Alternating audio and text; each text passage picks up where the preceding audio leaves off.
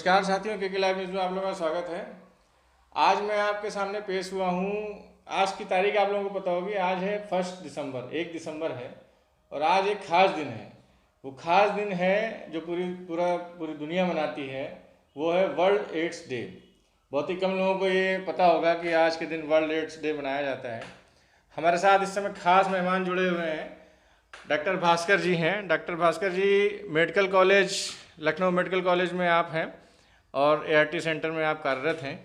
आपसे कुछ सवालात और रूबरू होंगे और पूछेंगे कि हाँ, ये एचआईवी का क्या है, ये बीमारी कैसी है, कहाँ से आई है, इसका ग्रोथ रेट क्या है। सर नमस्कार। हाँ नमस्कार, बहुत नमस्कार आपको।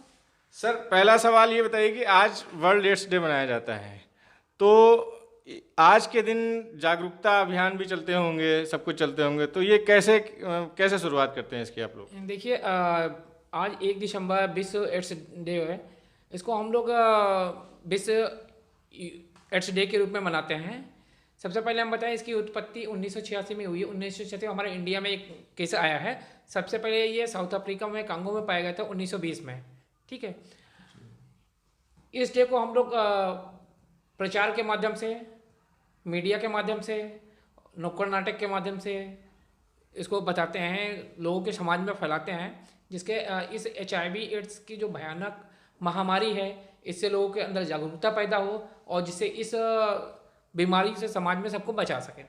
सर जैसे कि एचआईवी एड्स को लेके समाज में काफ़ी भ्रम है लोगों के अंदर। लोग डरते हैं एचआईवी को देख के। लोग समझते हैं कि ये जैसे आजकल कोरोना जैसी पेंडेमिक महामारी चल रही है, कोरोना से भी खतरनाक बीमारी इसको मानते हैं। मेरा खुद का एक एक्सपीरियंस है। मैं ऐसे ही मेडिकल कॉलेज में घूम रहा था, तो वहाँ पे कोई नर्स आई थी बाहर से, और वो अचानक से, मैं वहाँ पे डॉक्टर साहब थे, उनसे मिलने गया था टेस्टिंग सेंटर में। तो वो जैसे ही पूछी कि कौन सा टेस्टिंग सेंटर है, तो कंपाउंडर ने बताया कि एचआईवी का है। तो बोली अरे अरे, ये तो मैं गलत जगह आ गई, मैं बहुत डर गई। तो क्या इससे डरने की ज़रूरत है? नहीं, बिल्कुल बिल्कुल। आपको मैं बताना चाहूँगा कि जो एचआईवी है, कोई ऐसी चीज़ नहीं है ना जिसे हवा बोलते हैं कि हम लोग इसमें कोई दिक्कत नहीं। ये कोई छुआछूत का वायरस नहीं है जिससे हम लोग को डरना चाहिए। देखो, बेसिकली जो एचआईवी होता है, ये एक वायरस है जो कि बॉडी के अंदर आने के बाद में इसके वायरस बॉडी में हो जाते हैं। ठीक है, बेसिकली इसके 4 फैक्टर होते हैं जिससे एक दूसरे के अंदर जाता है। ये ट्रांसमिशन ऐसे नहीं होता है। ये छुआछूत की भावना तो बिल्कुल गलत है। मैं आपसे बताऊँ, सबसे पहले इसमें एक दूसरे से रिलेशनशिप में ये होता है। दूसरा, एक दूसरे का निडल से होता है, इंजेक्शन जैसे लगाते हैं ना, तो एक दूसरे के इंजेक्शन से हो सकता है, अनसेफ इंजेक्शन से। तीसरा, मदर टू चाइल्ड होता है। जी। चौथा, एक दूसरे का इन्फेक्टेड ब्लड चढ़ने से होता है। ये 4 फैक्टर हैं जिसके द्वारा ये वायरस पहुंचता है। पांचवा, ऐसा कोई कारण नहीं जिससे पहुंचता हो। लोगों की जो भ्रांतियां हैं कि ये छूने से फैलता है, उठने बैठने से फैलता है, खाने पीने से फैलता है एक साथ में, ये ऐसी भ्रांतियां हैं। ऐसा कुछ नहीं होता। जब तक ब्लड टू ब्लड कॉन्टैक्ट नहीं होता है, तब तक ये वायरस एक दूसरे के शरीर के अंदर नहीं पहुंचता है। मतलब कुल मिला के ये कहना चाहते हैं कि ये सामाजिक मतलब जो है कि साथ बैठने से, उठने बैठने से, मिलने से, खाने से, पीने से, इन सब से एचआईवी स्प्रेड नहीं होता है। ये ब्लड ट्रांसप्लांट से ही होता है। अब ब्लड ट्रांसप्लांट वो चाहे असुरक्षित यौन संबंध हो, या निडिल इस्तेमाल की गई हो यूज्ड, या कोई ब्लेड का कट हो, या खून से खून ट्रांसप्लांट होता है, या एचआईवी इन्फेक्टेड ब्लड हो, तो उससे होता है। सर ये बताइए, चंद दिनों पहले पेपर में निकला था कि कुछ इसकी नई मेडिसिन आ रही हैं, तो ये क्या है सर? बिल्कुल। मैं आपसे बताना चाहूँगा कि हमारे यहाँ पे पहले क्या होता था कि मेडिसिन चलती थी, टीएलई चलती थी। ठीक है, टेनोफाविर, इफाब्रिन और लिमोप्रिडिन। ठीक है, अब इन्होंने सारी दवाओं का कॉम्बिनेशन करके अब दवाई चेंज की, टीएलडी कर दी है। टेनोफाविर, इफाब्रिन और डेल्टाग्राविर, इस 3 दवा का कॉम्बिनेशन कर दिया है, क्योंकि ये दवा थोड़ा सा पहले से स्ट्रांग है। सारी दवाओं का कॉम्बिनेशन है कि इससे क्या होता था कि 2-3 रेजिमेंट चलती थी एक साथ में। ठीक है, अब उस तीनों को मिला के एक कॉम्बिनेशन कर दिया है, टीएलडी। तो अब जो भी हमारे यहाँ नए पेशेंट आ रहे हैं, उनको टीएलडी की दवा स्टार्ट की जा रही है, और जिससे उनको काफ़ी अच्छा रिस्पांस मिल रहा है। टीएलई जो दवा चल रही थी, वो उसमें क्या था कि खाना खाने के 2 से ढाई घंटे बाद खाते थे, जिससे क्या होता था उनको प्रॉब्लम्स होती थी, नींद नहीं आना, थोड़ा सा चक्कर आना, ये महसूस होता था। ठीक है, अब ये जब से ये नई दवा आ गई, इसको आप किसी भी टाइम खा सकते हैं, इसका कोई साइड इफेक्ट नहीं है, और जिससे ये पेशेंट के लिए काफ़ी प्रभावी हो रही है। कुल मिला के जो नई दवा आई है, ये कारगर है और पेशेंट्स के लिए काफ़ी फायदेमंद है। सर ये आईसीटीसी सेंटर जो जगह जगह खुल रखे हैं, सरकार ने खोल रखे हैं, इसका क्या काम है, थोड़ा ज़रा प्रकाश डालें। बिल्कुल। आईसीटीसी सेंटर की बात करेंगे, जो ये होता है integrated counselling and testing centre. इसमें पेशेंट जाता है टेस्टिंग यहाँ पे कोई भी आप जाके HIV की टेस्टिंग करवा सकता है। यहाँ पर फ्री ऑफ कास्ट टेस्टिंग होती है, टेस्टिंग और काउंसलिंग दोनों होती है, ठीक है। जैसे मैं अभी आऊँ, मुझे टेस्ट कराना है तो मुझे HIV के बारे में कोई आइडिया नहीं है, कुछ मालूम नहीं है, तो क्या होगा, मैं सेंटर पे जाऊँगा, वहाँ पे बोलेंगे मुझे HIV टेस्ट कराना है, तो आपको HIV टेस्ट करने से पहले वहाँ पे आपकी काउंसलिंग करेंगे, बताएंगे HIV के बारे में, बताएंगे कैसे क्या होता है, देन आप टेस्टिंग कराइए।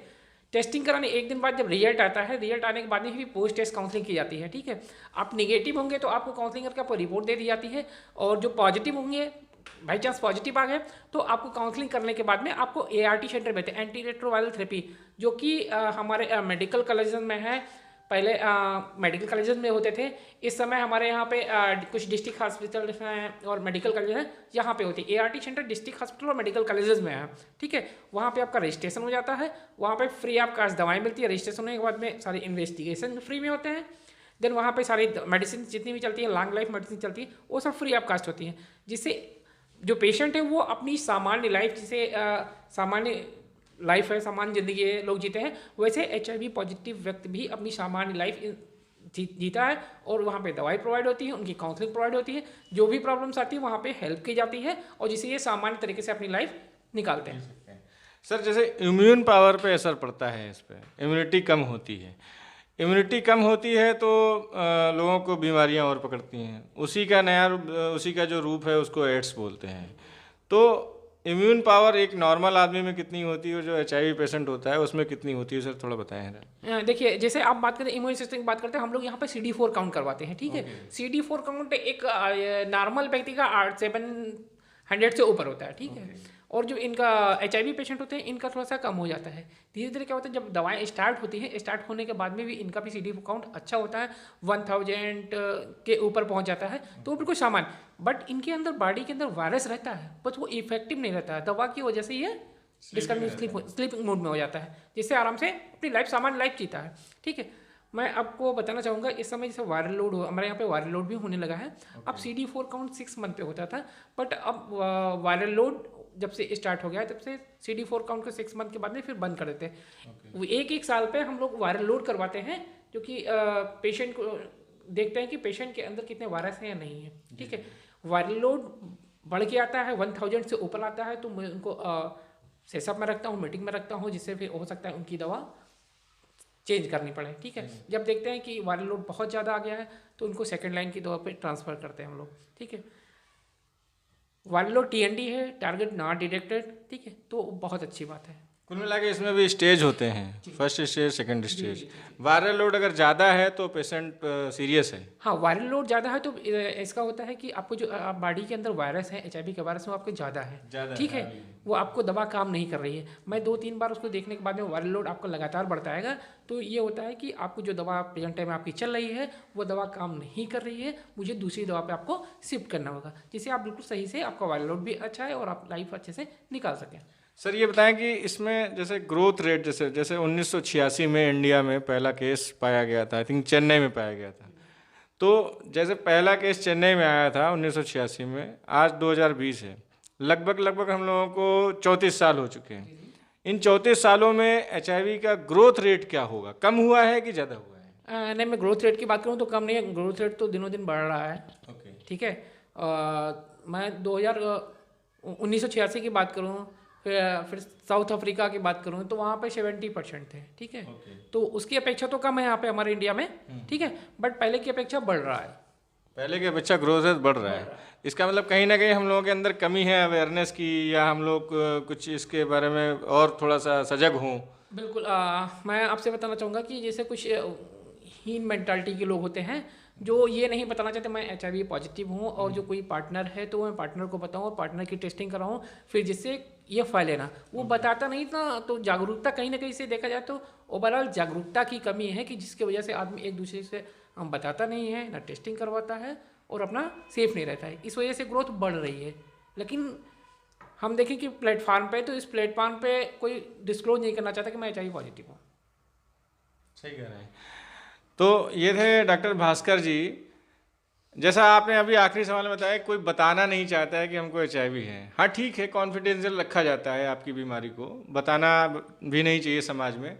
मगर अगर आपका कोई दोस्त है, मित्र है, पार्टनर है, जिसके साथ आप लिव इन रिलेशन में, या आपका पत्नी है या पति है, तो आपको ये चीज़ छुपानी नहीं चाहिए, आपको वो चीज़ उससे शेयर करनी चाहिए और सजग रहना चाहिए, प्रॉपर सेफ्टी प्रिकॉशन लेने चाहिए। यही एक बचाव है। आज तक HIV एड्स का कोई इलाज, कोई वैक्सीनेशन अभी तक नहीं आया है और ये मेडिसिन के थ्रू, मेडिसिन के सारे कंट्रोल किया जा रहा है, वायरस को स्लीपिंग मोड में डाला जाता है। बहुत बहुत धन्यवाद डॉक्टर साहब, आप आज आए हमारे स्टूडियो में। बहुत बहुत धन्यवाद। थोड़ा सा आपने मैसेज छोटा देना चाहें अगर तो। आपने इस प्लेटफॉर्म पे बताया और मैं कोशिश करता हूँ कि लोगों के अंदर ये जागरूकता फैले और आप लोग इन HIV से घबराएं नहीं, इसको जम के संघर्ष के सामना करें। और HIV कोई भेदभाव, कोई भी HIV पीड़ित व्यक्ति है तो उससे भेदभाव करने की ज़रूरत नहीं है, बिल्कुल सामान्य जैसे हम हैं, आप हैं वैसे वो भी है। ठीक है, मैं बहुत बहुत धन्यवाद आपका, जो कि आप मुझे इस में बुलाए